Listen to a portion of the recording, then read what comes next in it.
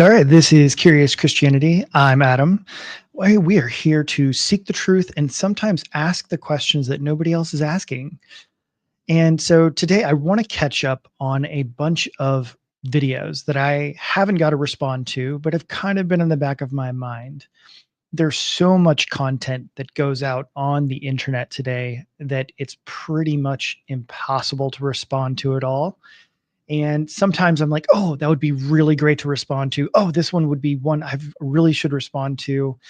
And I don't know. I guess maybe I just get overwhelmed with like the daunting task of like, all right, pulling it up, trying to record and all that stuff. So I've left myself an opportunity to kind of respond to some of them right here. And there's a variety of topics that I have been really busy arguing about. One of them has been against young earth creation and all of kind of the doctrine that's associated with that. That's the one thing that to me is sort of unique about young earth creationism versus old earth creationism. When someone says they're an old earth creationist, I actually have no idea what it is they actually believe about the Bible and what it says. When somebody says they're a young earth creationist, I almost know instantly, okay, they mean that the genealogies are real numbers, they're consecutive. They mean that Noah's flood had to have drastically impacted the world. They mean that there could be no death before the fall, that all of creation was radically changed at the fall due to sin. They mean that it is six, or seven consecutive 24-hour days. There's like a whole lot of things that I know when they say that. And it would be nicer if some of the other views had such a definitive position. And I've also been arguing against the traditional view of hell. This has been a wild journey as I have learned, grown, and developed through lots of these different doctrines. And one of those doctrines that I changed my mind on was the view of hell. It it really it really kind of shocked me. All that I had ever heard in opposition to kind of the traditional view of hell was, well, God's not mean. Since God's not mean, he would never fill in the blank. He would never, allow people to be tormented for forever. And it's like, that's it. Okay. Well, like if that's your only argument, then that's not really strong enough to overwhelm the biblical case. And then I ran into some people that brought biblical arguments. And some of them I found to be like, it's like, okay, I can understand how that could work. But then I was really surprised at how strong their case really was. And eventually they won me over. So I've then been debating people on that. And then talking about the millennium. And there are lots of people that are very, very into eschatology today. And I think it's a great subject. And I have learned so much over the last few years about the topic. And I just don't think that I'm ever going to come to the end of my knowledge on that topic. And so a lot of these things are important subjects, and I'm just not going to know all the information. Like it's just not possible to know everything that's out there today. And so, hey, if people are out there and you want to challenge me, you want to teach me, or you want to learn, let me know. All of those things are part of the point. When you're curious about topics, you can learn through a variety of ways. One of those is challenging the opposition. One of them is getting the opportunity for somebody else to teach you. And sometimes it is all about, listening to other debates. So today I'm going to dive into a couple of different videos that I really want to just kind of briefly respond to, because I also feel like there are just massive areas of academia that are just really missing out. And some of it just blows my mind as to what is going on and why they don't understand or know certain piece of information. And I don't know. I, I guess I'll say this. I do think some of the institutions, their arrogance blinds their vision. They cannot see the apparent truths because they're so confident that what they have already is already true, that they totally miss the forest for the trees. So let's dive into the first one, and might have to add a little additional context for some people that aren't familiar. But so here we go. We're going to talk about, so they're going to be talking about Genesis 1, very specifically Genesis 1 1. Now, the big argument here is that new Hebrew scholars or Hebrew scholars, they have began to discover that probably, or one of the ways that Genesis 1 could be translated and interpreted is instead of saying, in the beginning, God created the heavens and the earth, that the text actually should be read when God began to create the heavens and the earth. And that little when God began to create makes it a dependent clause, meaning it is connected to the very next thing. When God began to create, that's the beginning. And it's like, well, when God began to create what? The heavens and the earth was void and formless. And so that first part is contingent on there. Versus the traditional reading says, in the beginning, God created the heavens and the earth. And so that's kind of the beginning idea, because they're saying like, well, when it says in the beginning God created, it sounds like God did something there. There was action that actively took place. So let's dive in here a little bit. From my experience is, hey, like church history, okay? So from the very beginning of our earliest interpretation of Genesis 1:1, which is the Septuagint, which is not in Hebrew, but we know that they interpreted it as a definite, well, it's a lot of scholars at least, they'd say that, hey, we know it's definite because they translated it as NRK, which is, in their opinion, in the beginning. And that is, around 200-300 AD or 200-300 BC. And, that's really early. That's their earliest mention of this. So what you're essentially. All right. So what he's explaining is they're talking about the Septuagint. Now, the Septuagint was a really, really early translation of the Hebrew into the Greek. And so the most prominent Old Testament text during the times of Christ was actually the Septuagint, the Greek translation interpretation. And what he's saying is like, well, look, the Greeks, right? Well, the Greek interpretation, the Greek translation does translate it in the beginning, in the beginning. And they're kind of making a big deal out of this and basically saying like, well, didn't they just get it wrong? They made a mistake. It shouldn't be translated in the beginning. God created the heavens and the earth. So I think they're making a mistake here. And here's the reason why. The reason why is because how was the phrase supposed to be understood in Genesis 1? And what I would say is that the summary view is the correct view. And what that means is this: when it says, in the beginning, God created the heavens and the earth was void and formless, darkness was over the surface of the deep, and the Spirit of God hovered over the waters.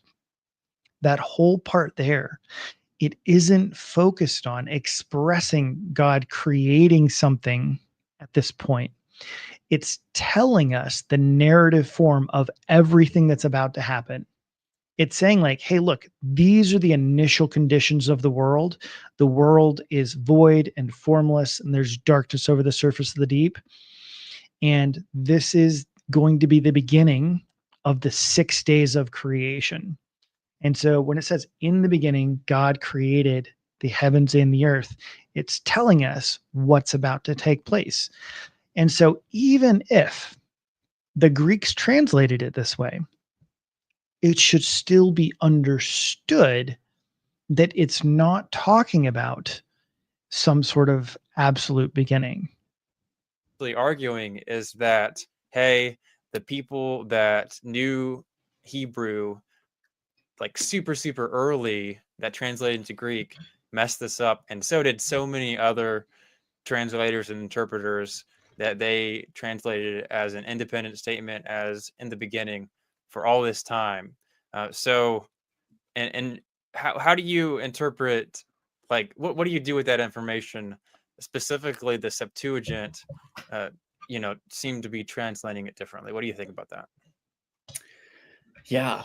Well, there's two ways we could look at it. We can try to evaluate what the Greek actually was thinking, what they were translating, Okay. or we can ask whether it matters or not. And so I'm actually going to skip to that second one, and because that's more important actually. It's Okay. just like how much do we actually weigh the evidence of the Septuagint? And of course, like it's important. Those are probably native speakers of biblical Hebrew, so like if anyone should have known what was going on in Genesis 1:1, it should have been them, and that's why you're asking me. And yeah, I don't like to say that they're wrong. I hate to have to say that. I wish that what the way I look at the evidence pointing towards, I wish I could say that that was the traditional view, but it's not. And yeah, what that means, I'm not sure. Is it, you know, here's the thing, like personally studying all sorts of topics in the Bible, and hopefully you guys can relate, especially if you're watching Zach's channel. Like you just like to cover these topics that are like controversial and things that go against tradition in a way. I think we've all had an experience if you've studied those types of things where you just find that there are times, wow, where you just like realize something we've got totally wrong in your church tradition. And I've had enough of those moments. Not that I'm looking for them, but I've just realized, hey, there are times where tradition gets something wrong. Now, he says something really interesting here, which I think is the part to focus on is, does it matter? Because he's kind of admitting he really feels conflicted because he believes that they kind of didn't translate it correctly. And it's like, how could that be? They were original Hebrew speakers, they're, native Hebrew speakers of the time. And they're the ones who translated from the Hebrew text into Greek. Why didn't they get this? And I think that could be a very legitimate objection almost, is like, well, yeah, like, why did they do this? And I think it's because it doesn't matter. It's because it doesn't matter. And these have been the arguments that I've put forward, is that I've used the traditional words. In the beginning, God created the heavens and the earth. The earth is what, all of that, right? Which is basically what they're saying, like, yeah, it's not the best translation. That's fine. Because the truth is, regardless of if it was when God created or in the beginning God created, the rest of the chapter is the same. And the rest of the chapter demonstrates, number one, in Hebrew, the grammar shifts. Like grammar shifts. There's a vav consecutive that shows up in verse 3, but there isn't one in verse 1 and 2. And what that is it's a Hebrew grammatical kind of tool that kind of shows like continuity through verbs. And the major point is that there's a change in the verbs from the first two verses, and it only begins in verse 3. And what that does and what it shows is that from verse 3 all the way through the 6 days of creation, the verb structure is the same. It's showing, the author is showing us, hey, these are linked. Day 1 begins in verse 3 and it goes throughout the rest of creation, but it excludes the first two verses. And I've given, like 5 pieces of evidence that kind of show it's like, hey, look, the first two verses, they're not part of day 1. Since they're not part of day 1, then we understand, oh, we can see how God created everything from the emptiness and void, water, darkness, everything that was already there. And so I think that regardless of if it says this, was in the beginning, yeah, it's in the beginning of what? In the beginning of the 6-day creation account, this is how the world was. That's what it's explaining. And even if it doesn't use their supposed correct Hebrew grammatical structure, it still is communicating the same message. And the part that I find frustrating is that I don't hear scholars considering these other elements. I don't hear scholars considering these other elements of, for example, the symmetry of the text. Here's one example, right?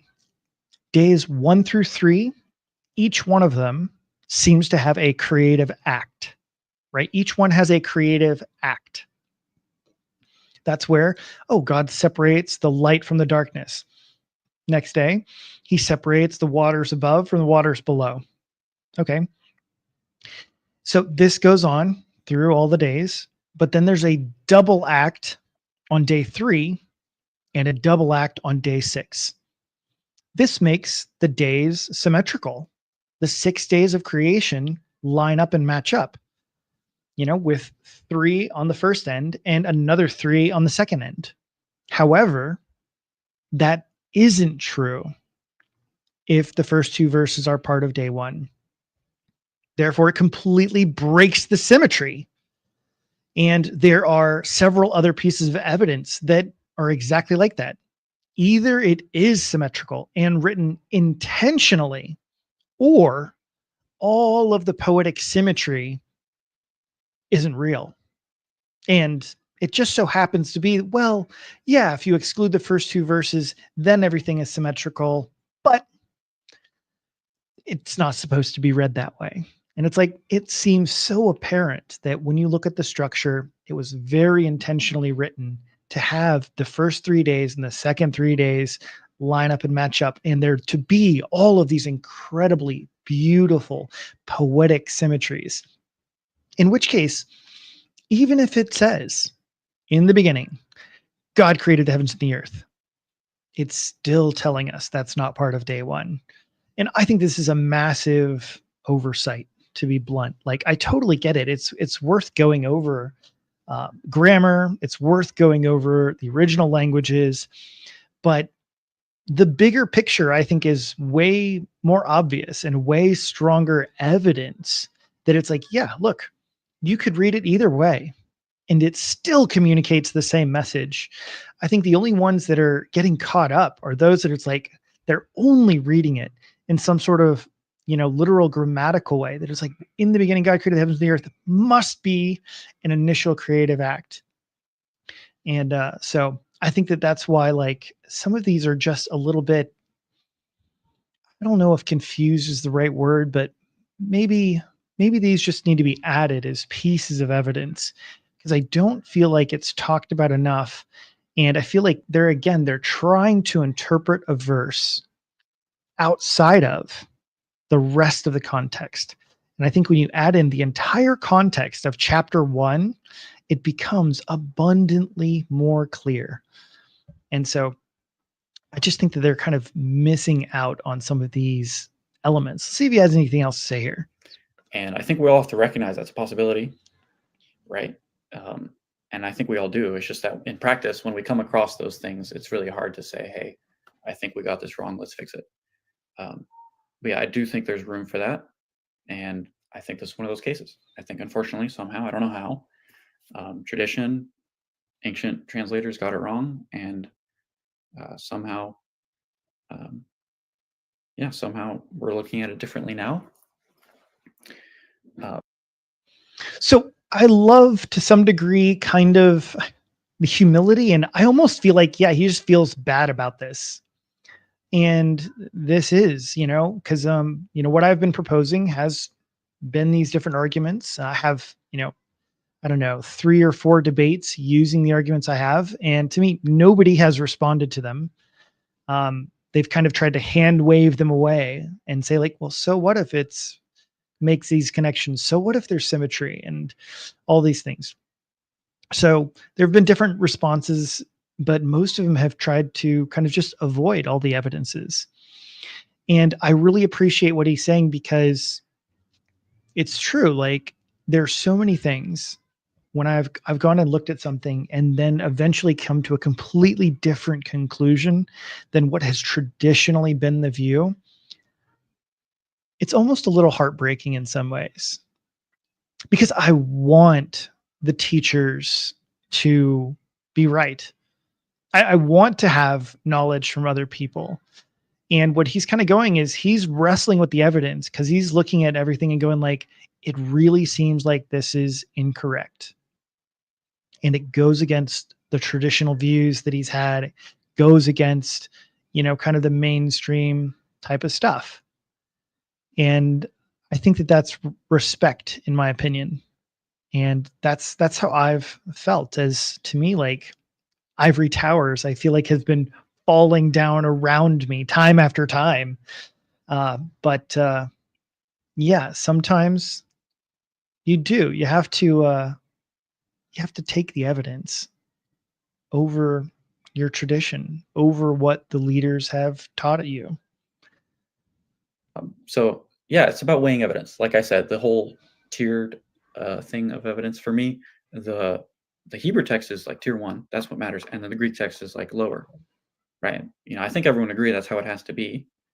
And so if someone is convinced that the Hebrew Bible evidence points you in this direction, then I think you better go in that direction. I think it would be wrong to look at the evidence of the Septuagint to like override that, right? So yeah, for me, it's just a thing of priorities. At the same time, other scholars have argued that the Septuagint didn't read Genesis 1:1 as "in the beginning," though.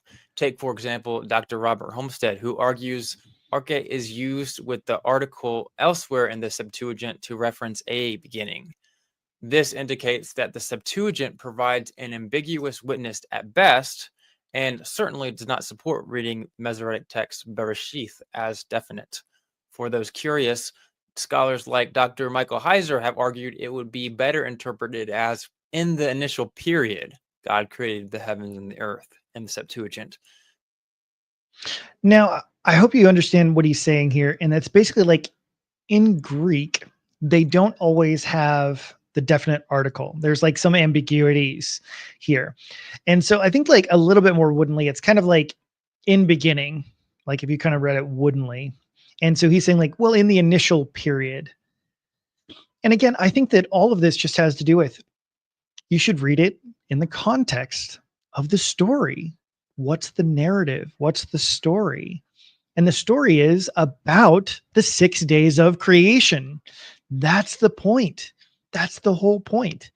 And I feel like people are trying to squeeze in other things that they want in there, as opposed to just focusing on like, yeah, the point was the 6 days of creation. I mean, that's all the rest of the Bible is focused on and talking about, is the 6 days of creation. And that's the big point that every young earth creationist wants to try and beat me in the head with, is like Exodus 20:11. For in 6 days, God created the heavens and the earth and all that is in them. Yeah, exactly. That's the point. That's the point, is that this is the initial point of creation. This is the initial point where God creates. He creates during these 6 days. And that's really the major goal. The goal isn't to focus on anything before, if there was anything before. It's not to focus on the angels. It's not to focus on abstract creations or other things. It's focused around the 6 days of creation regarding mankind. And I think that when you look at it, it's like, oh, well, that's what the story is about. Oh, okay. So it's not like don't try and get the text to say more than it actually says. So I think that's one of the big key principles here. Now, I do want to move on. I'm not going to talk only about young earth creationism. I've got some other ones to bug on as well. But I do have one video from Douglas Wilson that I have been, I don't know, way overdue in responding to. So let's go to Douglas Wilson. Douglas Wilson is an interesting guy because I think that he does hold a lot of, I don't know, respectable. I'll just say this. I think he's a respectable conversationalist. And so he's one of these, I don't know, other Christians that holds to young earth creationism. And let's hear what he has to say. Once we have limited the participants in this way, we have Now, just for clarity, he has these 7 different theses. I'm not going to go through all of them. So if you feel like I'm just cutting through some of the stuff, that is partially true. I just want to focus on some of these other points that he brings up.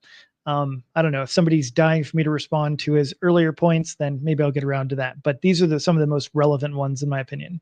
simplified things considerably. Everyone in the debate would be willing to affirm a flannel graph version of the flood, giraffe and all, if that is what the Bible taught. And everyone in the debate would be willing to affirm a planet creaky with age, if that is what the Bible taught. That said, the prima facie evidence for the traditional view of Genesis is very strong. Historical Adam, continuous genealogies, etc. Alternative approaches to the text, such as the framework hypothesis or the gap theory, seem like special pleading in order to make room to shoehorn in a cosmology from elsewhere. Now, I think that he brings up actually a reasonable point here. And he says, yeah, the prima facie evidence is fairly strong. In other words, he's like, hey, look, just by looking on the face, it's like, hey, look, we seem like we have consistent genealogies from Adam to Christ. We seem like we have, a Noah's flood. We have historical events. We have kind of the beginning of the earth, the creation of Adam. We have all these things. We link them up. They look very, very strong. And then he says, he's like, well, look, and I think that pretty much including like the framework hypothesis or the gap hypothesis, they're pretty much ad hoc. In other words, the only reason that somebody else is introducing them or bringing them up, the only reason they're doing that is pretty much to try and fit in millions of years. And look, if that's true, then I think that, okay, it's like, yeah, that does put you, it's like, okay, so is there any further reason to believe in the millions of years? Or is there any further reason that the Bible isn't teaching a young earth outside of you just want to fit something else in there? And I think there is. I think the arguments that I've presented, namely that verses 1 and 2 are not part of day 1, prove that there was an earth, water, and darkness prior to the first day of creation. Since that is the case, you cannot conclude an absolute age of the earth. Now, does that mean that the earth is billions or millions of years old? No, it doesn't. It doesn't. Doesn't at all. And some people ask me, why do you only debate young earth creationists about this then? Well, look, if there's an old earth creationist that wants to debate me about the text of scripture, I'm more than happy to. Please send them my email. Please send them my videos. Get them in touch with me. I'll happily debate them too. But so far, it's only been the young earth creationists who have been pushing back on me. And here's the point. If you do not have an absolute age of the earth, you do not know when it, like, if you don't know when it begins, you can't have an absolute age. And therefore, there isn't a reason. You need additional reasons to be a young earth creationist. You either need to prove it through scientific evidences or something else. But you can't come to the same conclusion regarding the age of the earth. And so I think that's very important. And what I've given, again, are biblical evidences. I've given biblical evidences for why you do not have an absolute age of the earth in the Bible. So you should always smell a rat whenever someone notices an anomaly in the text, e.g. the different creation accounts in the first 2 chapters of Genesis, and someone else is immediately at your elbow with millions of years he wants to pour in. I'm not saying this because I'm automatically categorizing any views contrary to my own as special pleading. One alternative view, grounded responsibly in the text, views the days in Genesis as days of revelation, which Adam was recording as God was teaching him how to write. But even this view would simply require someone to stop affirming 6-day creation and is not at all inconsistent with young earth creation. So the prima facie evidence for the traditional view is strong enough for me to consider that the burden of proof lies with those who would question it. 4. The fossil record is a record of death. The fossil record is a graveyard. We have exegetical reasons for believing that this paleontological graveyard was planted after the fall of man. We have a timestamp for Adam in the genealogies, and because of what the scriptures teach about the nature of. Now, real quickly, the primary point he is making here is that there is no way that you can have death before the fall. And he's mentioning like, oh, the fossil record, all of this evidence points to this idea of animals being dead for millions or billions of years, however you want to parse that one out. His major notion is like, look, there cannot be all of this death prior to the fall. Now he's going to give the scripture verses, and we'll let him keep going there. Death, the recorded deaths of all sentient beings needs to be dated after that point. I exclude from this consideration the quote unquote deaths of any permitted fruit eaten by Adam and Eve in the garden, the quote unquote deaths of the bacteria in their digestion systems, and so forth. The Bible teaches that Adam introduced death into. Now, I just want to make a quick point. This is a small point, but it is the notion that, look, he qualifies this. And he says he excludes the death of plants. Why? Like, not to be pedantic, but why? He makes a qualification because it's so obvious that plants are going to die. And so he doesn't mean that there's absolute death taught by the Bible. And his only qualification is like, well, it's not them. Now, many young earth creationists are going to say it's like, well, it's all nephesh creatures, all creatures that breathe. That is what God is talking about. That is not clear from the text at all. There really isn't anything that inherently says that. Well, it's referring to all creatures who breathe. That's not in the Bible. So I think that it's important that we pay attention. What does the Bible say and what does it not say?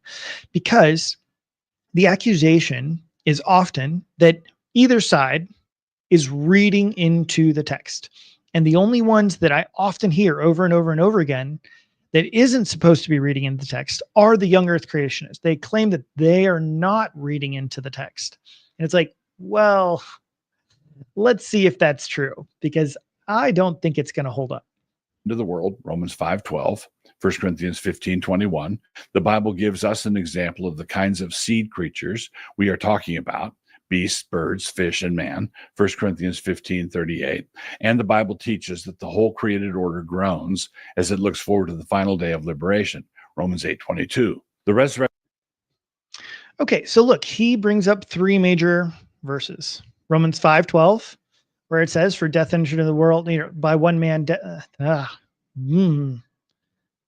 man, brutal. So he's talking about, Romans 5:12, and how sin came in through Adam and death through sin. And so death spread to all mankind because all have sinned. What does the verse say? It doesn't say that all living creatures died as a result of the fall of Adam. No, it says that death spread to all mankind. The text is explicit. It's not like just, hey, and this is where death began. It's explicit that death spread to mankind. Now, I want you to think about this in the context of Genesis 3. That's where Paul is talking about, right? He's talking about the story of Adam and Eve. He's talking about the fall. Where did death enter into? When you go back to Genesis 3, what do you see? How does death spread to all mankind? How do we get death? There are two primary ways. If you read it in the literal fashion as the young earth creationists are doing it, well, death spreads by the absence of the tree of life. Adam and Eve die naturally because they do not have access to the tree of life. Therefore, the rest of mankind also dies because they don't have access to the tree of life. Okay. How does that relate to the animals, though? It relates to the animals because there is no reason to believe that all of the animals were meant to live for forever. Now, you could just say it's like, well, I think that all creatures, including the animals, they were just immortal. Well, would you really believe that God created all of the animals immortal, but he created mankind mortal? In some ways, that absolutely sounds like it would be putting the animal kingdom above mankind, where mankind's immortality was conditioned upon him maintaining the garden and eating from the tree, but the rest of the animal kingdom, well, they were just immortal. That seems very bizarre view to hold. But instead, all of creation was mortal. It was the access to the tree of life that kept mankind going. that left him and sustained him. And so when he's kicked out of the garden, which was exactly what God says, right? I do not want him to what? Remain in the garden because he might eat from the tree and live for forever. That was the issue.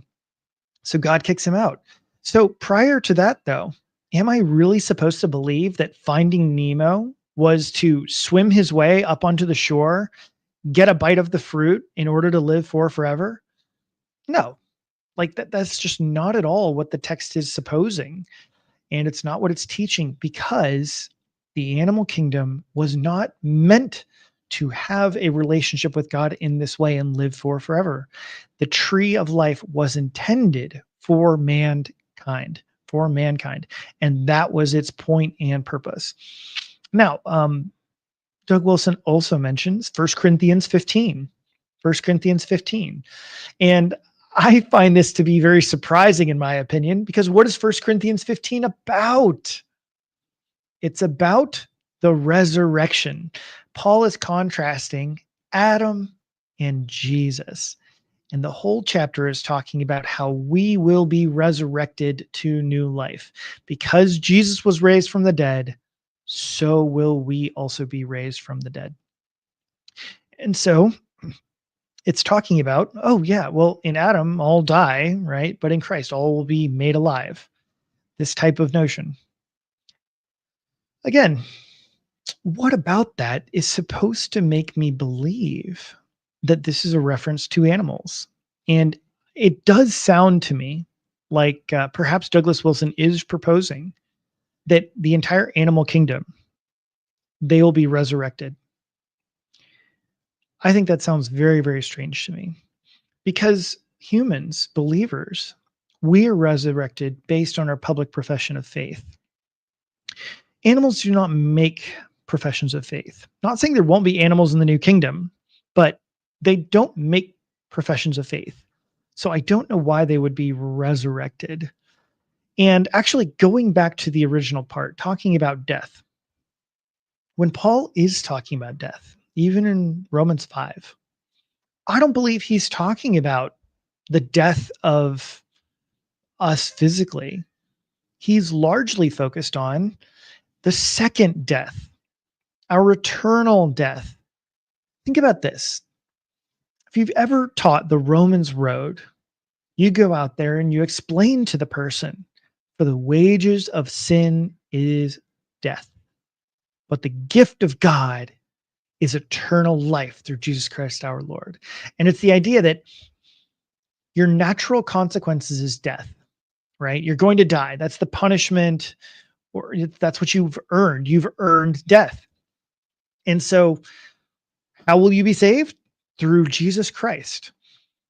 Then for all of the believers, why do we still die? Shouldn't the death and the life be analogous to one another? And I think it is. It's not contrasting the first death with the resurrection. It's contrasting the second, the eternal death. And those are the two major things that are happening here. For the righteous, they shall inherit eternal life. For the wicked, they shall inherit eternal death. Those are what it's being talked about here. And then lastly, he mentions Romans 8, which is a funny verse to me to go to regarding death. A couple different reasons why. Number one, the word futility. Simply, the word futility does not mean death. Like, it just doesn't mean that. And so it's like, okay, well, then how does he get there? He's like, well, all of creation is groaning for the anticipation of the sons of God. Okay, yeah, they're greatly anticipating the sons of God. All right. And it says that the text says that for God subjected them to futility. And that's fascinating. God subjected them to futility. Let's go back to Genesis 3 again. What does God subject to futility? The ground. God subjects the ground to futility. Right? Okay. What's that have to do with death again? I'm not really sure why this is supposed to lead me to believe that there's like some additional part here that says like, okay, so therefore, because everything was subjected to futility, there was no animal death before the fall. It just doesn't really follow here. Like there's a lot more that we could talk about in the exegesis of Romans, but it's not part of Paul's thematic message. It's not part of any of the themes in Romans that there was no animal death before the fall. Paul is talking about salvation. He's talking about laws and grace. He's talking about the wrath of God. He's talking about us being resurrected, life in Christ. And life in Christ does not really encompass the lives of animals.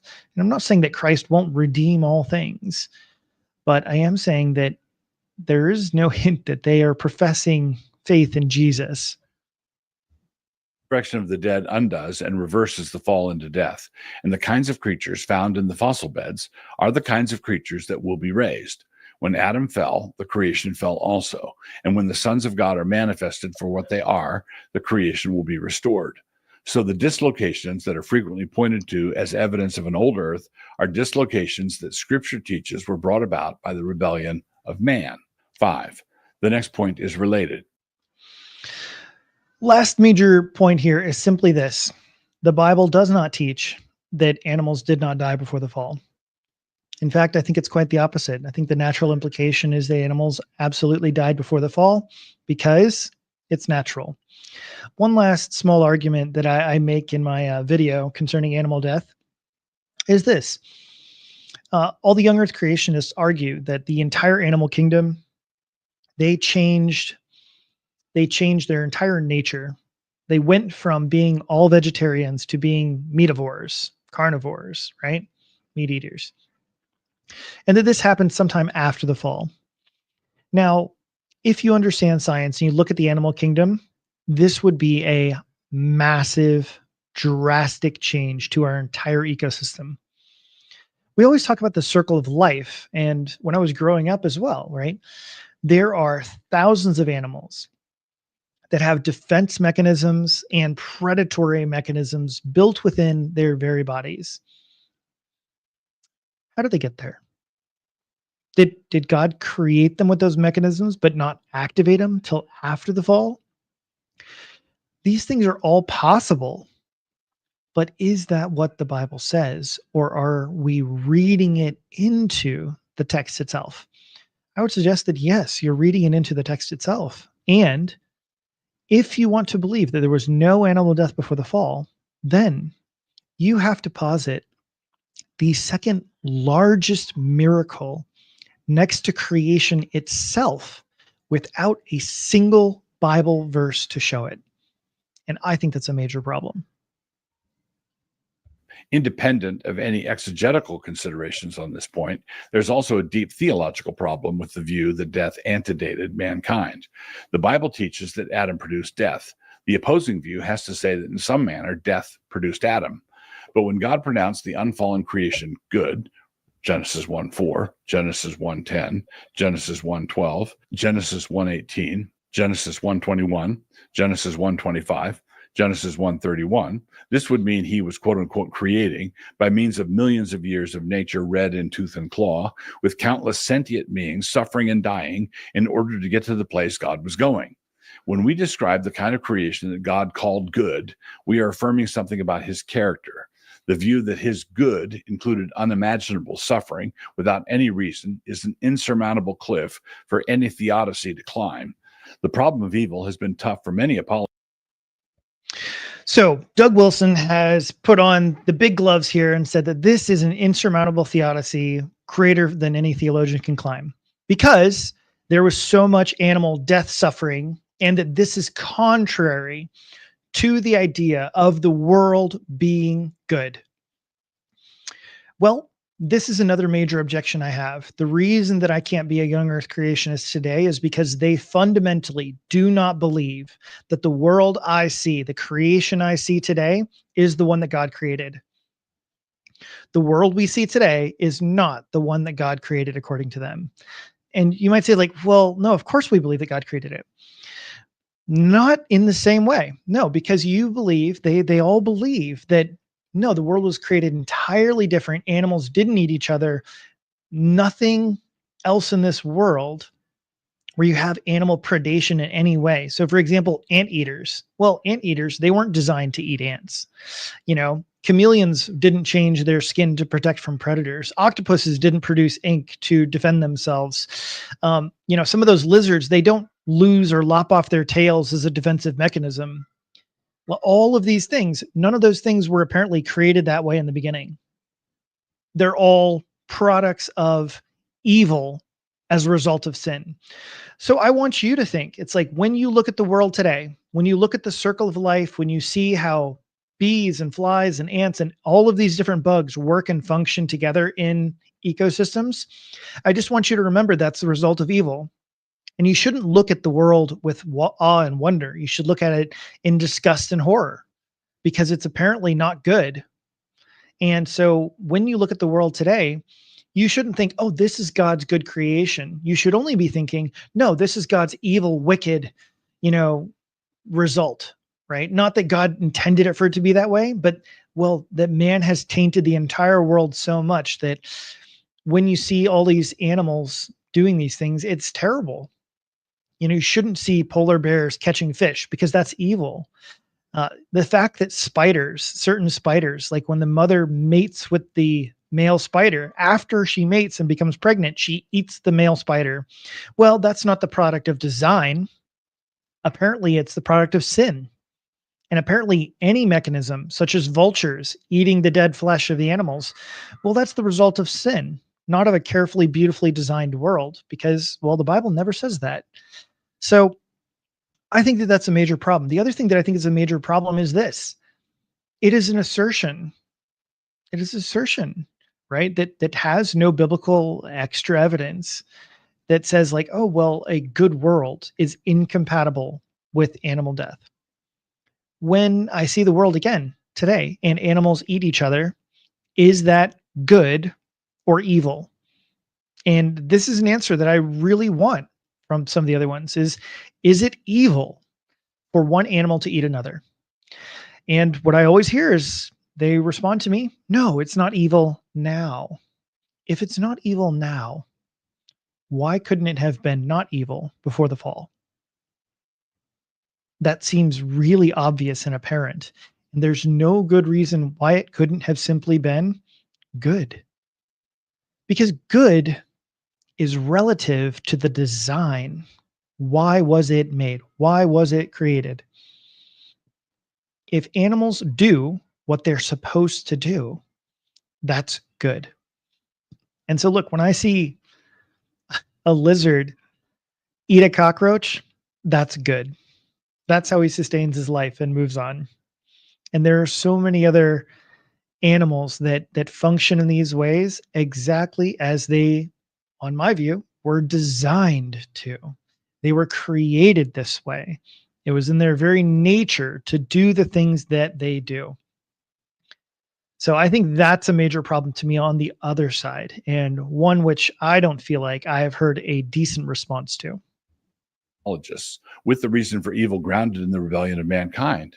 But if we are found to be saying that suffering, pain, and anguish are an unfallen good, then this should tie us up in knots. It should also make us a little wary of looking forward to heaven too much. I don't want to go to heaven just to fall into. So notice here, he says like, this should tie us up in knots, the fact that there was so much suffering.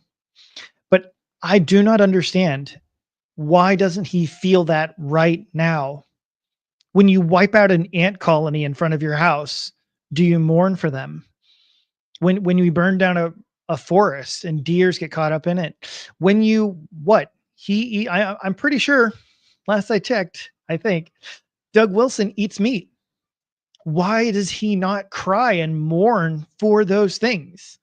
Like, if it is such a massive, incalculable evil, then how can you allow the destruction of animals? And why wouldn't you be a part of every other animal rights protections agency today? And that's one of the funny things is so many of these guys, they're not vegans. They're not on the PETA board, but yet they say it is a massive evil for animal death to occur. It is a massive evil. And then they just kind of, but not today. Why not? If you think it was such a terrible evil prior to the fall, it's difficult for me to reconcile why you think that has like changed and adjusted. To a tar pit. Death is an enemy, 1 Corinthians 15:26, and not a good tool that God took out of his good toolbox in order to fashion a good world. 6.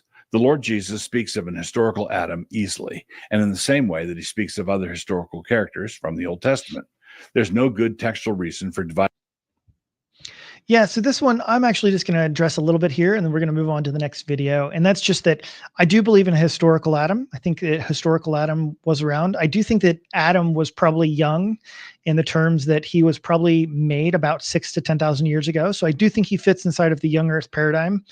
And I do think that, yeah, the genealogies are probably representative of, yeah, a reasonably low amount of years he could be talking about for there. Now, for me or whatever, I'm largely arguing against just the idea of young Earth. Now, for the young Earth creationists, they often say all of these things are connected and they're all essential. But I would disconnect them for the reasons that I gave. I think there are strong textual reasons to say that the initial creation material of the actual world easily was prior to the first day of the 6-day creation account.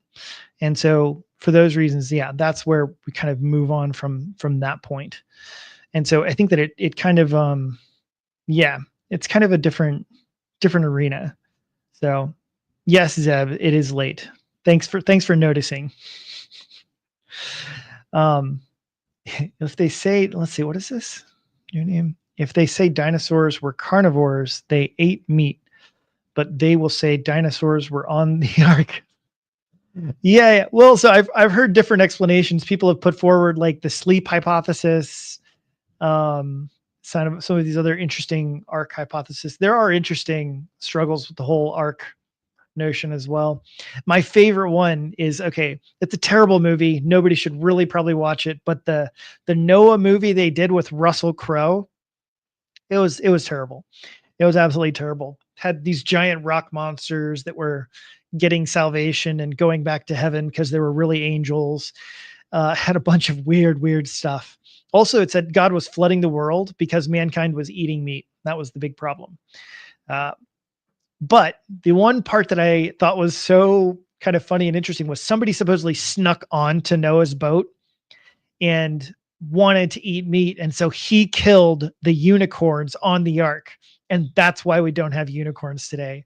And I was like, wow, that's, yeah. So it's the idea that unicorns used to exist. But unfortunately, the guy killed the last few unicorns on the ark, and that's why we don't have them today. So, yeah. All right, let's go on. We are going to visit a dear Costi Hin. Costi Hin. Yeah, Costi Hin is an interesting fellow. Let's see here. Okay, so first I want to say, Costi, this was actually a great video. Not going to lie. I really liked pretty much almost everything you said in the video, except for the middle. Except for the middle. It's the only part you missed out on. And so that's what I'm here to correct. We're just here to correct the middle part. There's a passage in Genesis 3:16 that reminds us of the. Oh, yeah. So for clarity to catch you up, Costi is teaching about wives being submissive, kind of biblical roles, that notion. And now he's going to go into Genesis 3:16, what God says to the woman in the garden. Difficulty in the battle of the sexes. It says, to the woman he said, this is God, I will surely multiply your pain in childbearing, and in pain you will bring forth children. Your desire shall be contrary to your husband, but he shall rule over you. It's the picture of the curse because of sin. Pain in childbirth because of sin. And the desire, your desire shall be contrary to your husband, but he will rule. So there's a lot to address here. I'm not even going to get to all of it, but the main thing here is this. Number one, it's not a curse on the woman. It's not a curse on the woman. There is nothing in the text that says it's a curse on the woman. Now, are bad things kind of going to happen to the woman? Sure. Those are the consequences. Those are the consequences that the woman receives because of the curse on the serpent. If you go back and read the text of Genesis 3:14 through 19, God curses the serpent and he curses the ground, but he doesn't directly curse Eve and he doesn't directly curse Adam. It's very important. Very important.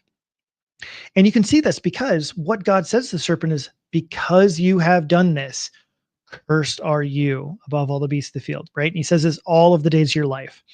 And then to Adam, he says, hey, look, because you listened to your wife, because you ate from the tree that I commanded you not to, right?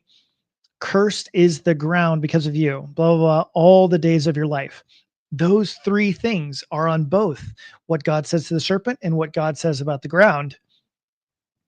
But then where is that repeated for the woman? It's not. That God doesn't even tell the woman, hey, look, this is why you're going to receive all this. He doesn't tell her, because you ate from the tree, because you gave to your husband who was with you, because you believed in the deception of the enemy, because you obeyed him instead of me, this is why this is going to happen. God doesn't say that. He curses the serpent. And then he speaks about, hey, this is what's going to happen. Here's another thing that's a little bit funny. So Costi actually uses a translation that's been very controversial, and I will say is outright wrong. And it's this one. He actually uses the one that says, like, yeah, your desire will be contrary to your husband. Now, the reason that's been so interesting is that right now, the ESV has just changed. They've just updated their translation, and they have removed that. Instead, they have gone with the traditional translation, which is, your desire shall be for your husband, and he will rule over you. One of them sounds like it's a positive spin. She is going to desire her husband, and he's going to rule over her. The other one says that, no, she's going to desire to rule over him. She's going to be against him, but he's going to rule over her. And so I think these are, number one, it's just a completely bad translation to say that her desire is contrary to her husband. Now, the other thing that he's going to mention here, well, let's see if he digs into the childbirth thing here. Over you. The idea here is that a wife will want to dominate or want to control. She will want to take over. The Hebrew word there for desire is teshuka. And there's two other times it's used in the Old Testament. It can be positive, like the longing of a lover in Song of Solomon 7:11. Says, I am my beloved's and his desire is for me. But it can also be negative and mean to dominate and control, which is how it's used in Genesis. Genesis chapter 4, verses 6-7, the Lord says to Cain, why are you so angry? And why is your face fallen? If you do well, will you not be accepted? And if you do not do well, sin is crouching at the door. Its desire, teshuka, is contrary to you, but you. Okay, so this is another spot where I just feel like this is a huge blunder. And this has been the argument. He's putting forward the really traditional argument, how they get there, why they think teshuka means all this. It means against. I really think their arguments are bad. Teshuka in Hebrew, it just means desire. Like you long to be with them. You want to be with them. That's what it means. And the fight is over, like, well, should it mean that or not? There are only three places that it's used. He mentioned one of them, Song of Solomon 7:10. Song of Solomon 7:10 is the woman speaking about her husband, and she says, my husband's desire is for me. Now that's really cool. We're gonna have to hold on to that idea for a moment. And then Cain here, he's here and it's like, oh, sin's crouching at the door. Its desire is for you, but you must rule over it. Now, they again have this other translation, but it's really just its desire is for you, right? And then they use this verse here in Genesis 4:7 to read that into Genesis 3:16. And then they change the meaning of Genesis 3:16. But the true meaning is way cooler, way cooler. And it does make sense of all three of these passages. The truth is that in Each one of these places where the word desire, teshuka, is used, each one of them relates to the Messiah. Now, I'm a little careful in saying relates to. And this is the real crux of it. And this is the real mistake. When it says your desire will be for your husband and he will rule over you, it's really referring to the promised Messiah. I don't mean this as some sort of secondary prophetic change. It is referring to the Messiah proper. You see, here's the thing. In Genesis 3:15, it says there'll be enmity between the serpent and the woman, between his seed and her seed. And then he will crush his head and he will bruise his heel, right? Who is the he who crushes the head? Jesus, the Messiah. The Messiah is the one who is victorious and crushes the head of the serpent. And then when you get to Genesis 3:16, it is speaking about the same themes as Genesis 3:15. And it begins with the general seed. Oh, God's going to multiply her sorrow and conception. What's going to be multiplied? Well, she's going to have more children. She's also going to have more pain and suffering. And it's like, okay, that's not good. And that's referring to kind of her general children. And then what? Her desire will still be for the promised Messiah, her man, and he will rule over her. Here's the major point, how this connects right here to Genesis 4:7. So in Genesis 4:1, Eve gives birth to Cain, and she says, hey, behold, I have gotten a man. I have gotten a man. All right, that's really cool. It's amazing. But it's really weird that she called him a man, because nowhere else in the rest of the Hebrew Bible or any other ancient documents, any other ancient text, does a woman refer to her child as a man. Why do it here? Because she is calling back to Genesis 3:16, because it said right there that her desire would be for her man. Her desire would be for her man. And so now she is hoping and thinking that maybe this is the one. Maybe Cain is the Messiah. And so then when it gets here to Genesis 4:7, the construction is so similar to Genesis 3:16 that the author wants you to be thinking about Genesis 3:16. Sin is crouching at the door. Its desire is for you, but you must rule over it. The point is not, oh, the word desire means against. It just means it's for you. And this is the part where I think I'm surprised at other scholars, but the problem is not the desire being bad. The problem is the subject or the object. You know, if somebody is out there and they're like, hey, look, I desire my wife. And it's like, oh yeah, that's a good thing, right? And then somebody's like, oh yeah, hey, I desire somebody else's wife. Well, does the word desire change its meaning? No, it just means desire. Well, then why is the second phrase bad and the first one good? Well, because the object changed, right? Could be the object or the subject, but that's what made it bad. It's the fact that sin wants to be with Cain. And notice, sin is crouching at the door. What is the picture that it's giving? It's giving you the picture of Satan crouching, seeking to devour Cain. And that's exactly what Peter says in 1 Peter 5:8. When he says, the devil is like a roaring lion, seeking whom he may devour.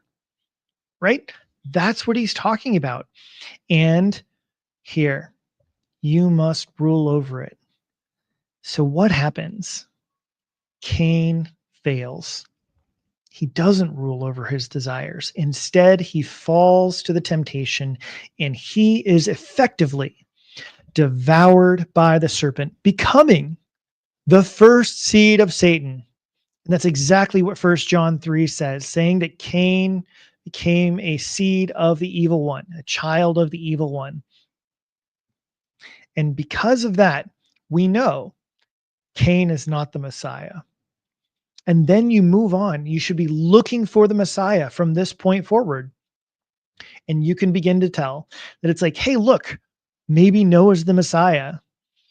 And then what happens? Well, there was a little alcohol incident. Okay, it's not Noah, right? And there's, well, maybe it's Moses. Oh, well, maybe some anger issues got in the way, and it's not Moses, right? Well, surely it's David. Well, okay, he didn't quite make it either, right? The whole Bathsheba thing was kind of a bummer. And then Solomon. Well, no, he doesn't quite make it either. And so for each one of these things, what happened? They were defeated by the serpent in one way or the other. I'm not saying that they like completely lost all salvation necessarily. The point is, though, the Messiah, he's going to overcome the temptation of the enemy. He's going to crush him completely. And that's what Jesus does. He overcame the temptation. And because he overcame all of the temptations and defeated the serpent, he is then worthy to ascend to the right hand of the Father and sit on the throne to what? Rule all the nations. That's what the verses is saying. And that's what Genesis 4:7 is trying to tell us, is trying to explain to us why Cain isn't the Messiah. And guess what? That's what Genesis 3:16 is trying to say to us. It's trying to explain that the woman's desire is for the Messiah. That's what's going on. It's not trying to explain all this other stuff. Must rule over it. It's the picture of something trying to control Cain or dominate him. It's the way this word is used in the book of Genesis. And the idea then applied to women is with Eve and the curse of Eve, a wife will struggle with trying to control her husband and dominate him. And so the battle of the sexes wasn't some clever idea or game or some, thought given in a marriage therapist's office or book. It's from our sinful nature that men and women are going to be different, and we're going to have. Now, that's the one thing I do want to mention. That's the one thing I think is so shocking almost about this is that, hey, look, do women want to control men at some points? Yeah, they do. Do men sometimes tyrannically rule over women? Of course.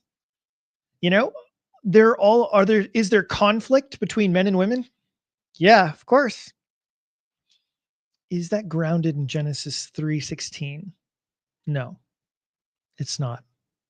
It has nothing to do with Genesis 3:16. All of those things are the result of our own sin, of our own desires, our own fleshly desires, our own propensity to sin. That's our problem. Yeah. And so that's where I think, yeah, it's really going on. Hey, shout out to the Atomic Apologetics. Dude, when are you going to come join me sometime, Atomic Apologetics? I don't know if you're still listening, but one of these days, man. One of these days, we gotta catch up. All right, let's see. We'll try and answer some things here by some people. All right, question. What's the difference between an object and a subject? Usually the subject is the one doing the activity. The object is the one that's like being, I don't know, acted upon. I'm not sure if that's what you meant, but maybe. Oh, let's see. Thrown in a Hebrew word and instant credibility and official sounding. I'm not really sure if that's a compliment or an attack. So yeah, I'll have to I'm not sure, but yeah, like I definitely think these are really interesting things, and I think there's plenty to address, and I think that there's a lot of mistakes, and I think the real trick and secret to understanding and getting through in Hebrew is to understand the narrative.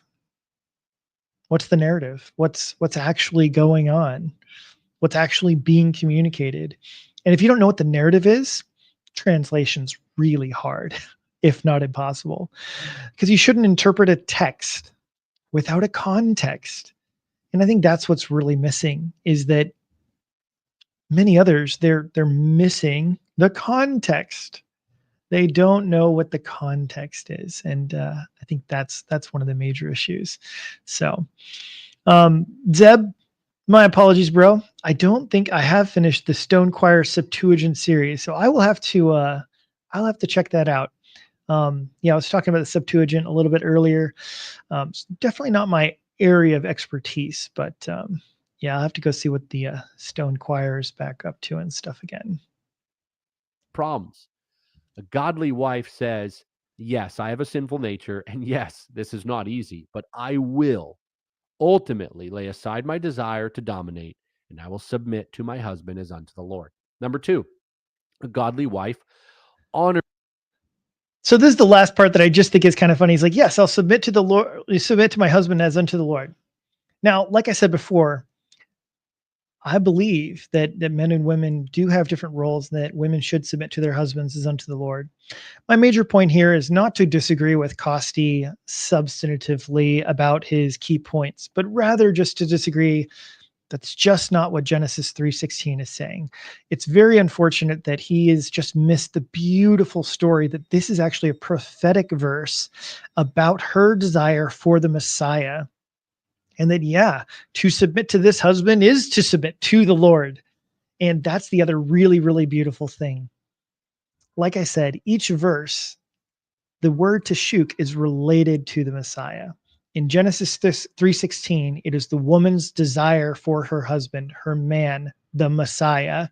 In Genesis 4:7, it is actually Satan's desire for Cain. He doesn't want him to become this Messiah. He is trying to consume him and stop him, from doing good. And Cain needs to rule over it.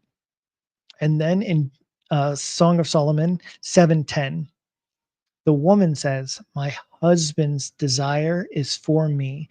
It's an inversion of Genesis 3:16.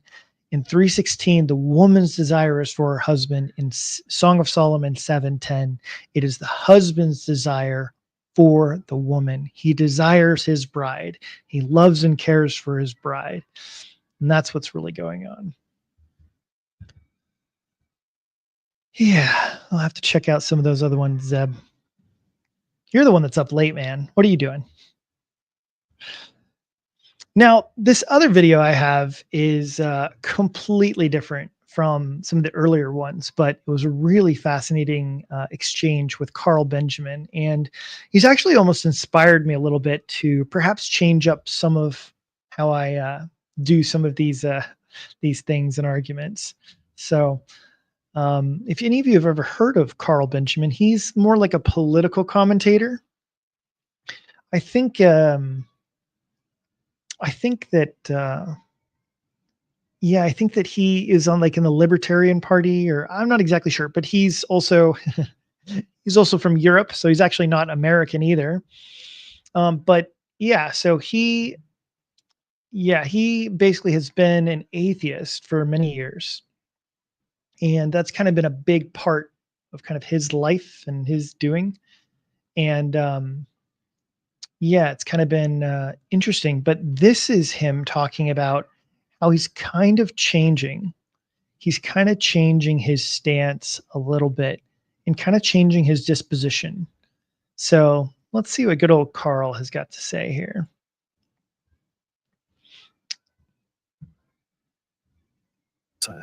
What do you make now in retrospect of that whole sort of new atheist movement?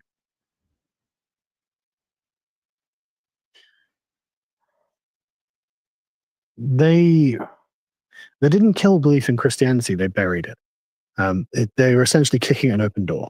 The civilization had long become secular, and since the boomers, really, the boomers were genuinely quite a secular generation, and just found themselves choosing not to believe for whatever reason.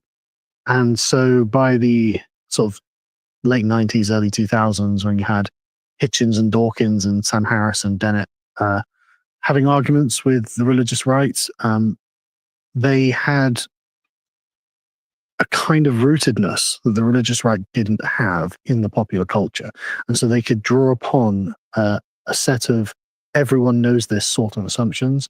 And even now, though, I look back and I think, God, their arguments were terrible. Absolutely. I mean, I saw a clip of Sam Harris just from about a year or two ago saying, "Well, I look up into the heavens and I don't see God, so where is he?" And it's like, Sam, after all of this time, how have you not realized that the concept of God is outside of the material universe? Like, again, I'm an atheist, but your argument is just bad, right? And you fail to understand. But how did the religious right at the time let him get away with these arguments? Well, I think there were some people trying not to let him get away with it, but sometimes it's the person with the loudest megaphone that you tend to just Yeah. as an atheist, I'm kind of embarrassed by it. I want to bring in Beth. Now, I just have to love that little bit part. See, Carl's been an atheist for a long time, and I actually remember him, speaking a little bit about that in some of his younger years. And he's kind of waking up. He's like, okay, like he's still kind of an atheist, or he's not really, he's not so spicy as back in the old days or anything like that.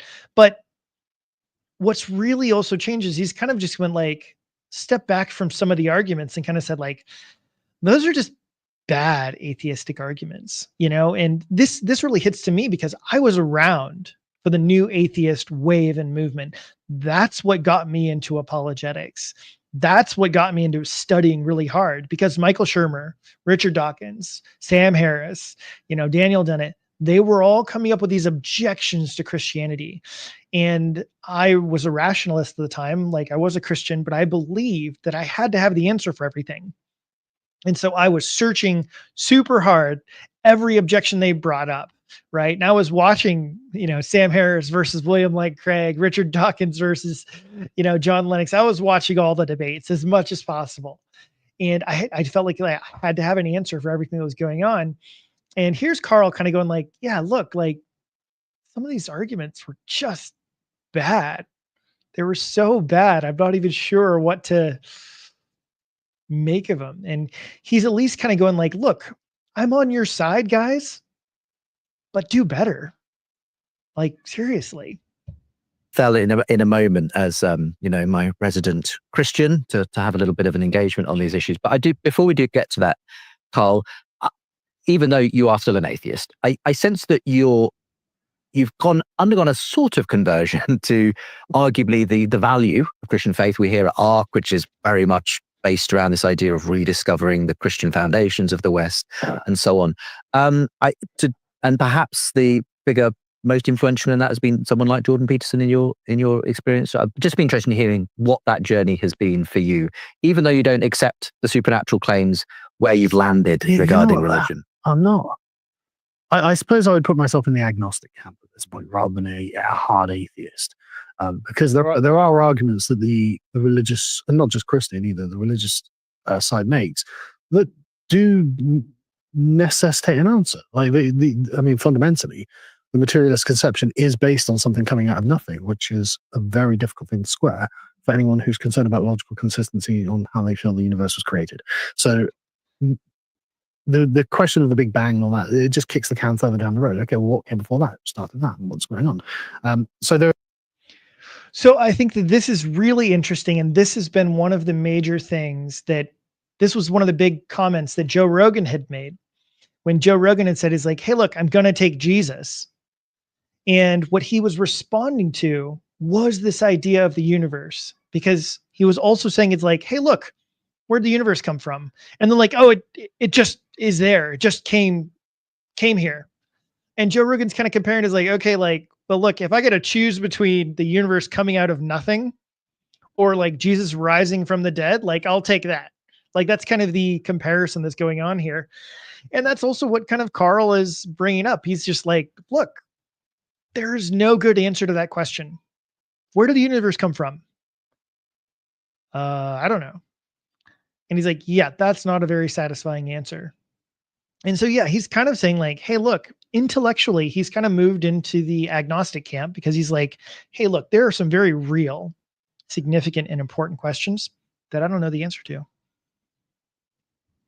And he hasn't come to a resolution that God did it, but he's like, I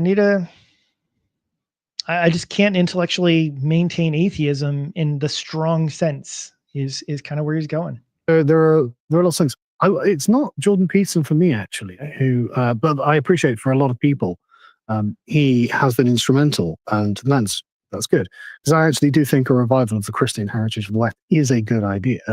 The problem is, I think that it's kind of like asking a bunch of disabled people to just stand up and start walking. If you haven't nurtured that part of you, I think it kind of shrivels up and dies.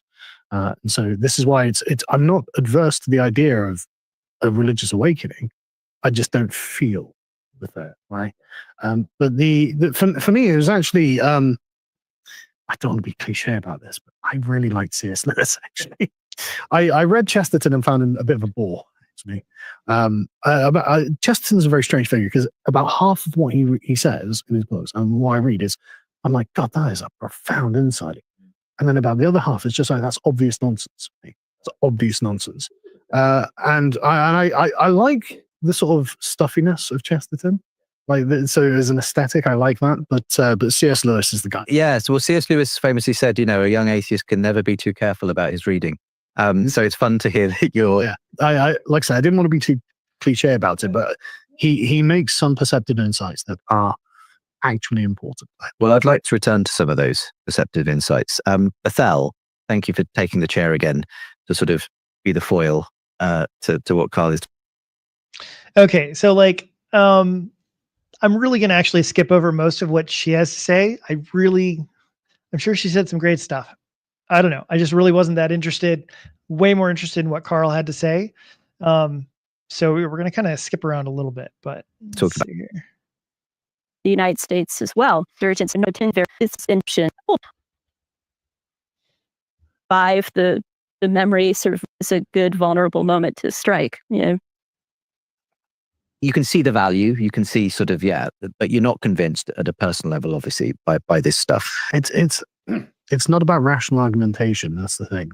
It's about the feeling of spirit inside you. Okay. So do you think that the kind of apologetics that to some extent Bethel represents, there is a kind of objective evidence for, the historicity of scripture, and there are good philosophical arguments of God, that's not going to move you?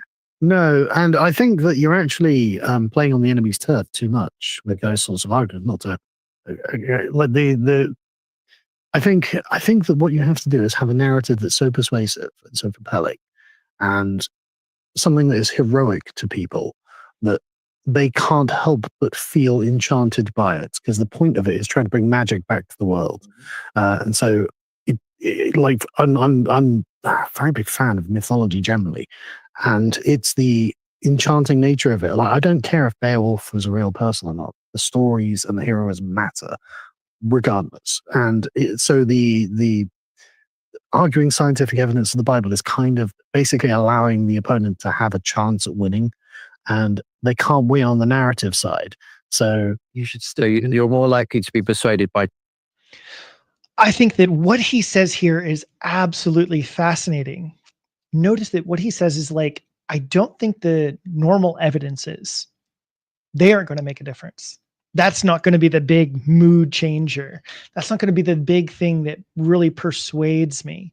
He's like, no, it's got to be something majestic and beautiful. There has to be such a narrative that is so beautiful that you almost can't deny it. And part of his point is that the atheists have nothing to present. There is nothing on their side. What can they argue? What can they argue? It's like, oh, hey, don't worry. Eat, drink, and be merry, for tomorrow we die. That is their case. Because ultimately, everything will come to an end. There is no beautiful story for them. And so this is something that I think should inspire every person that's called, every Christian that's called to entertainment. Get out there. Because the Christianity is the most beautiful story there is, And if you think about it from a meta perspective, it's about this creator, and his creation goes awry, and then it's ultimately captured, taken over sort of by this, evil demon, right? Satan. And then God promises that he's like, hey, but don't worry, I'm going to send my son, the prince, and he's going to come, and he's going to overcome all the challenges, slay the dragon, rescue his bride, and reclaim the kingdom, right? And that's what we see in Jesus. But when Jesus comes, he does it even more beautifully. From any existential point of view, Jesus actually does this in a more beautiful fashion than anyone ever could have imagined. The classic action movie is the hero comes in, busts down the door, he's got his sword in hand, slays dragons, cutting down people. Now, the reason that Jesus is so much more beautiful than all of that is that anybody can take over by force. Anybody can rule, destroy, a kingdom by force. But how does Jesus overcome the enemy? He does it by bringing himself down to the position of a servant, by loving widows and orphans and children, by healing the blind, by making the lame walk. And when he's challenged, he doesn't stand up and say, "Do you know who I am?" and crush them. Instead, he sits quietly. And they say, "Hey, are you a king?" "Yeah, that's right." And he presents himself as the most humble figure, leaving his father's throne, leaving the heavenly realms, leaving his glory, his power, his servants, the angels, the guards, everything, and saying, "Hey, here I am." And then he sacrifices himself on behalf of everyone and wins back his bride, attaining to be worthy, having overcome every temptation, having overcome every trial, and ultimately winning back the woman, his kingdom, all of the glory, all of the praise, and just being majestic, just like he is. Tolkien than Yeah. William Lane Craig. Far more, yeah, and also it just seems to me a more sensible strategic position because they've got nothing when it comes to the narrative. Yeah, well, so I'm a big fan of C.S. Lewis as well. And I think the brilliance of Lewis was he actually integrated those things together. Books of essays. What is it about Lewis that you mentioned earlier has sort of struck a chord? The way that Lewis thinks about the problems that he's tackling is a lot richer than most people, actually. It's a lot of people find themselves, I have my way of approaching this. I'm going to follow that through to its logical conclusion, which is perfectly normal and perfectly fine. But Lewis thinks a level or two below that and then comes to a richer and deeper conclusion at the end of it. Like the abolition of man is just such a good example of this, where Gaius and Titus why wouldn't they do the things that they're doing? Because they're not being critical of the very paradigm itself. And Lewis is getting beneath that and saying, well, look, this is where we end up if we treat man as just a fungible piece of meat that's floating on a rock in space. And he's right about that. He's fundamentally right. And it's not something that's self-evident. And that's one of the things I like about Lewis. I suppose this does edge us towards apologetics, argument territory, because, one of the fundamental issues that I've often been in the middle of between atheists and Christians is, well, how do we ground the concept of human value and that there is a kind of intrinsic, wholeness to being a human that we can't just be described in purely material terms. And it does potentially lead to those kinds of transhumanist sort of outcomes that he was describing in The Abolition of Man. That's why I don't call myself an atheist, really. Well, I would say I'm agnostic, really, because I haven't got an answer for any of this. And I don't see anyone else having an answer for it either, because I know it's one of the Well, Christians say they do have an answer. Well, sure, but on its own terms, it's an answer that an argument is kind of impossible to answer. So, I mean, I really get the feeling that it's not going to be possible to win back materialists to religion en masse. I unfortunately, I think that's true. Despite a few wins in that. There will obviously be a small cohort of people, but en masse, I don't think that's going to happen. But what I think is possible is to raise generations of children in the future who understand the importance of the Christian religion and its heritage to the West and its traditional place in the Western heart generally, and nurture that in the way that Lewis is talking about in The Abolition of Man, where the part of them that is appraising and allows them to say that this waterfall merits the beauty, that's being killed off in our schools all day, every day. And I think actually it'd be worth us being aware, no, it really is happening and it really is a problem. And it's not natural. Like, I've got 4 children. Trust me, they all have the sense of wonder that Lewis is speaking of. They will be those people that Gaius and Titus are slowly but surely killing off. And we have to be very conscious of that. And if I were given control of the education system now, it would look very different and probably very Christian, even though I'm not one myself, which I realize is ironic. But I view myself as living in a paradigm where I've had something taken away from me. Before I was able to walk, this had been taken away from me. Now, listen to what he's saying here. And this is what's been interesting, that I feel like him, and I feel like I've been hearing small echoes of this from kind of Tim Pool. And it's been some of the atheists who've kind of been saying like, hey, look, we want to have the Christian ethic. We need the Christian story. We need the Christian framework for all of these things to be good. And he's kind of like, yeah, like those were good things. And I honestly feel like in some ways, Carl has also just been feeling like, okay, some of those things have been taken away from me. Christianity is changing. And he's been saying is like, yeah, like a lot of those things have been beaten out of you in the schools. And even Richard Dawkins recently was talking about, yeah, like he doesn't believe Christianity is true. He doesn't believe that God is real, any of those things, but he loves cultural Christianity. He goes to church Christmas time. He loves the candles, loves the hymns. He loves those aspects of it. And Carl is here kind of sitting and saying like, hey, look, my children need to know about some of these things. I need my children to, I would raise them as if they were Christians. He wants to teach them about Christianity. He wants to teach the Christian story. Here's the big problem. And it's just one of the parts that I feel like they've gotten that far. They're realizing like, oh man, when we took away the Christian ethic, things got worse. But now, here we are. We want to reintroduce those things. We want Christianity in this way. But I think that they're missing the only way that it makes sense and is good is if it's true. Because I don't think it's not worth telling a lie just to try and get your desired result.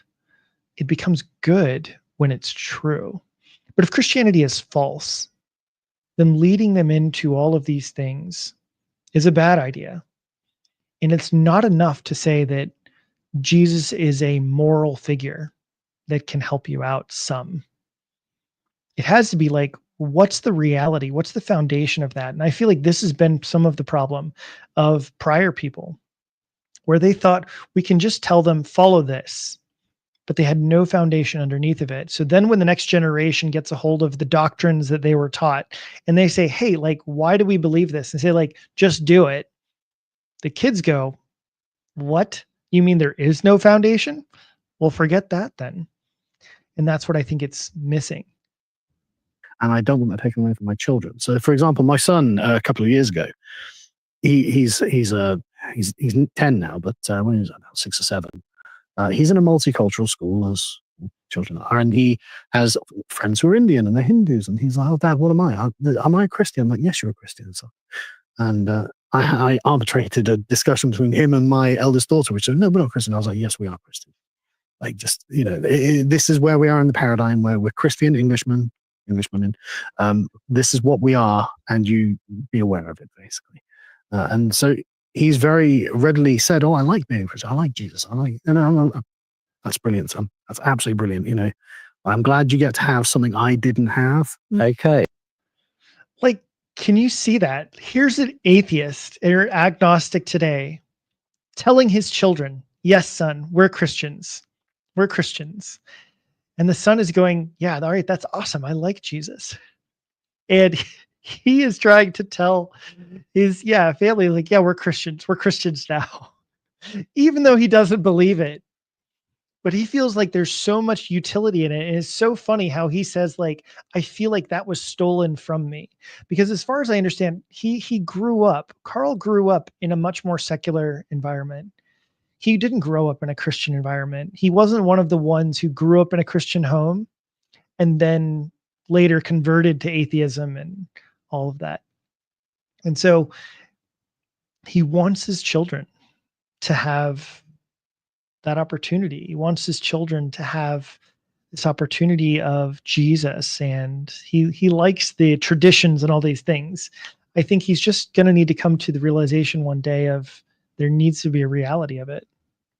And it really hit me when we got our children baptized. So my wife wanted all of our kids to be baptized in her local church, which I kind of hate. It's not the baptism; it's the church itself. It's just this empty red brick structure, and it just kind of reeks of modernity, And so I'm like, look, if I'm going to go to religion, I want religion. Right? I want an old building. Yeah, it doesn't have to just be an old building, but I want, like, they have like modern pop songs playing there, and I'm like, no. I want hymns. I want, let's do this properly if we're going to sit through it, right? And so, anyway. When we were getting them baptized, they actually did have hymns, and I was sat there. I've never heard this before. I don't know the song. I don't know the tune. I don't know the lyrics. So I'm like watching everyone around me, like my mum, my dad, my aunties, my uncles, who themselves were forced to go to church when they were young, and they hated it. And they themselves are all atheists. But my dad is there singing with his chest out, like, whoa, and my mum's singing as well. She's not enjoying it as much as my dad. But I can tell from my dad that what this is nostalgia. He's 10 years old on Sunday morning in the church singing when everything was normal and secure. And I don't have that. And I realized that was something That was missing. Yeah. And so when my children say I'm interested in religion, that's great. Any thoughts on any of what Carl has shared there, Betha? Well, I think that's beautiful. I think that's great that you're not hindering them. You're just allowing them to explore and to feel free to reclaim their heritage in that sense. So I was thinking a little bit earlier, one of my favorite quotes, which I got via Lewis from God in the Dock, I think, from the essayist statesman A.J. Balfour, which is that in order for a creed to be truly consistent, there has to be a consonance between the accepted theory of origins and the accepted value of results. So we can't just keep bumbling forward. You have to stop. You have to turn around, go back, figure out what went wrong. I think one issue with this is that we're not properly orienting ourselves as a civilization, because the boomers did this for themselves, and that's not the right thing to do. They should have been thinking, what's good for my children? And I'm not trying to condemn an entire generation, but let's be fair, they were a pretty self-centered generation. And I've got to the point where now my wife is like, right, so we're going to take the kids to church. And I'm like, I don't want to, but I'm going to have to. I'm going to have to. And so basically, Don't be a boomer. Yeah. my wife wants to start taking the kids to church, and that means my Sunday mornings are gone. But it's something that probably has to be done. Even though I'm not going to enjoy it, probably my children will be thankful when they're older. And as my parents, and I don't blame my parents either. It's not their fault. It was part of the zeitgeist of the times, right? They didn't know what they had. They didn't know what they were assuming would always be with them. And they didn't know what the consequences would be 50 years later. It's not their fault. And it's not worth pointing fingers and placing blame. But this is the consequence of that breakage of the tradition of the religious heritage of the West. And look, notice exactly what he said. This is the consequence of the breakage between the West and religion. And I think that's what they're pretty much all kind of going like, hey, look, when we saw the West was dominated by Christianity, life was better. Life was better. Education was better. Housing was better. And I'll tell you what, I thought it was extremely fascinating to me. I had recently just visited a place, and right now I'm living in a very non-Christian area. But we went to a different part, and it was a place that was dominated by Christianity. Over 50% of the population are Christians. And just in going from one area to the next, you can see the difference. Like, it's noticeable in the land. Like, there's less trash, people are nicer, houses look nicer. And I don't mean richer, I just mean cleaner. Like, the areas are clean, the places are nice, the places are all done up well. And I think that's really what we've seen in so many of the areas where Christianity is prevalent. People are thriving, education is going well. People have forgotten that so many of the major universities that are around today, they were started by Christians. Christianity had propped up, universities, hospitals, education, medicine, even law. Like, so many areas, have been dominated and influenced by Christian law. Just the basic idea of the 10 Commandments, like, oh yeah, don't bear false witness against one another. That sounds important. All these different ideas. Now, here we have a lot of secular people looking at the world going like, oh wow, like, we're leaving Christianity. And especially for those that have been a part of atheism, they're like, well, yeah, we're leaving Christianity for secularism. And well, what comes in? Everything. Because there is no solid foundation. There is no solid moral ground that comes from all of these other avenues. And so you just have blah. You have the LGBTQ stuff and all sorts of things, woke stuff. And, some people thought like, oh, it'll end with feminism. Well, it sure didn't. And now feminists are upset. So it's one of those things where sometimes when you get on the wrong train, it'll take you to places you don't want to go. There's only one way to put it back together. It's such a fascinating thing just to hear you talk in these terms about being this sort of reluctantly being dragged into church because it's good for the kids. But it's fun, and it's a very different conversation to the one you and I probably would have had even 10 years ago, maybe. Oh, undoubtedly. And all I can say is, well, obviously, I know you'll be open to potentially learning something by going on to church, but if it is a very boring sermon, bring along your copy of C.S. Lewis and just have it on. That's not a bad idea. That's not a bad idea. You can never go too wrong. I tell you what, and that's another thing about C.S. Lewis. You just don't get the chest. He's rereadable. Oh yeah. So sorry, chuffed and fouls. I've been reading the letters of C.S. Lewis recently. It's a wonderful volume if you get a chance to read it. And like every other letter, I'm like, this is so relevant to right now. It's like, where this was written in 1940, but it could have been written for today. It's fabulous. It was just something he dashed off to a friend or a fan or whatever. It's like, gosh, I don't think, think about if our emails wouldn't be worth collecting between covers someday, right? But because he was Lewis, his letters are. I saw you kind of nodding as well in agreement to sort of the fact that Carl prefers the older forms. Oh, amen.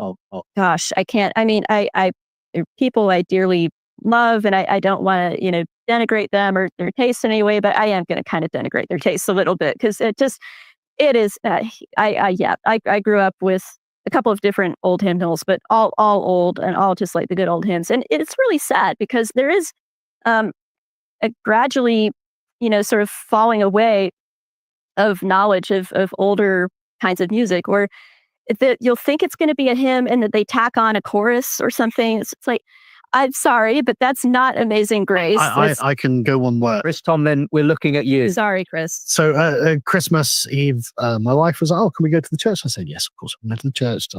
I feel duty bound to not say no. And so we went to this service Christmas Eve with the kids.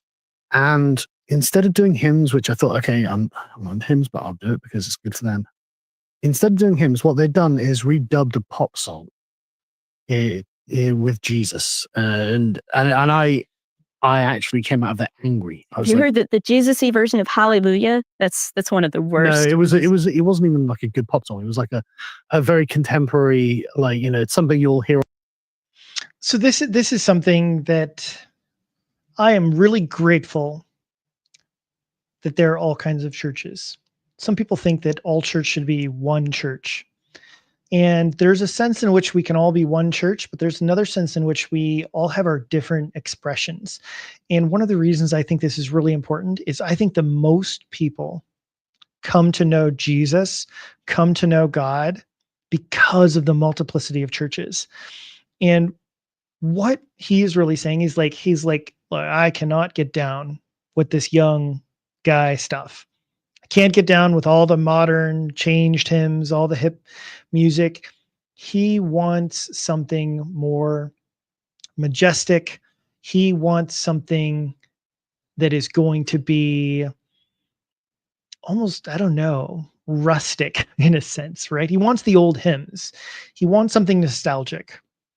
And I understand people that come from that background, but I also understand that some of the young people, they can't handle that kind of church. They can't handle that kind of worship.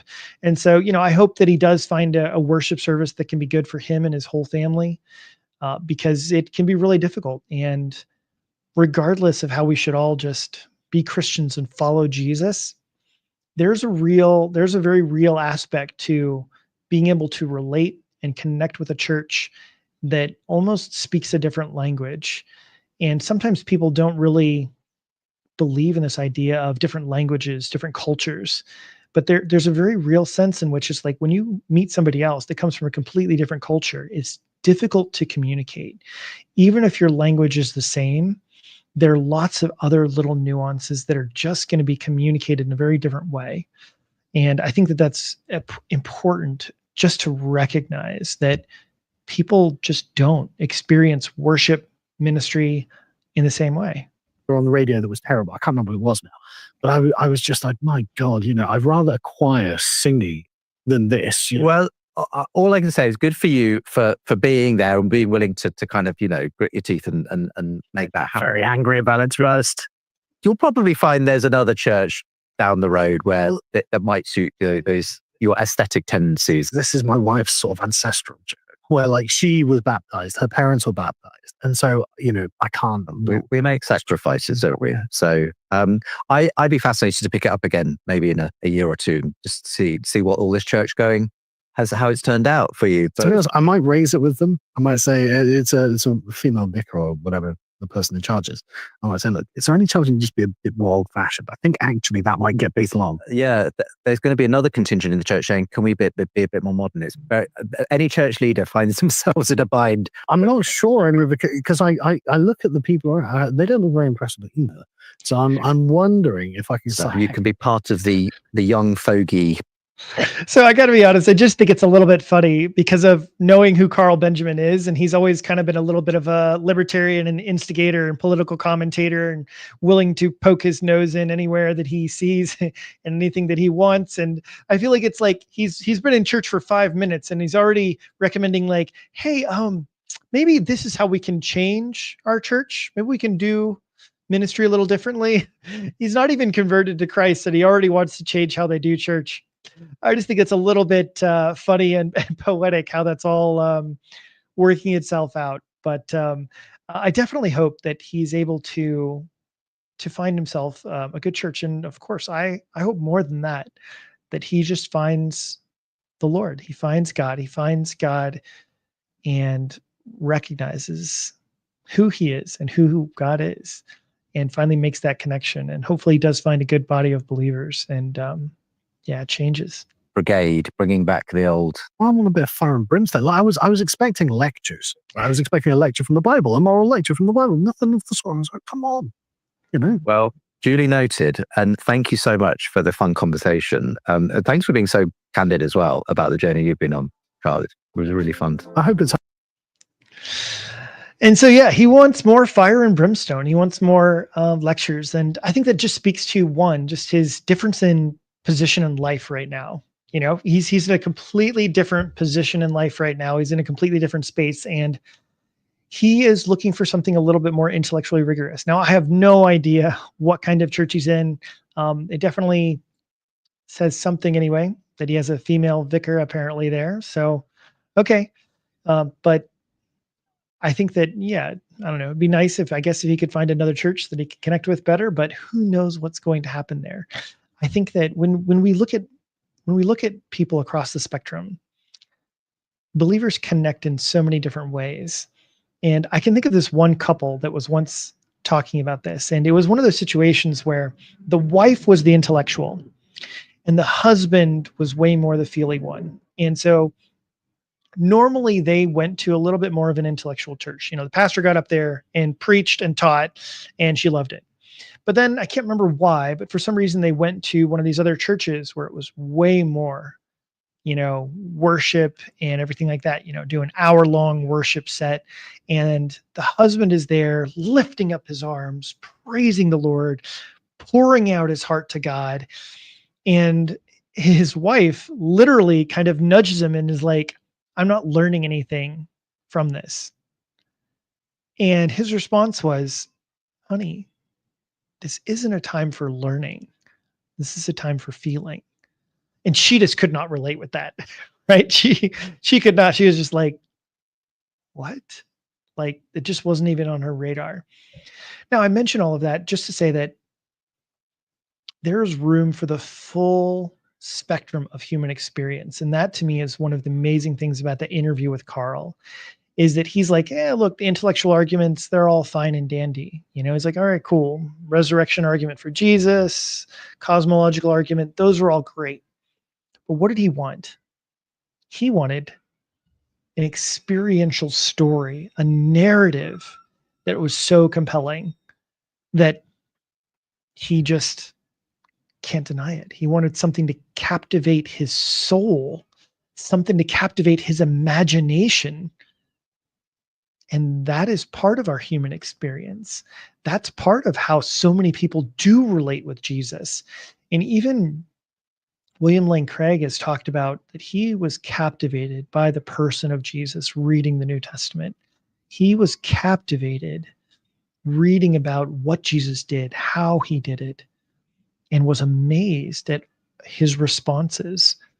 Just as the Pharisees were amazed listening to him, and many others were amazed listening to him, so many people have been amazed reading about what Jesus was like, how he acted, how he responded to people.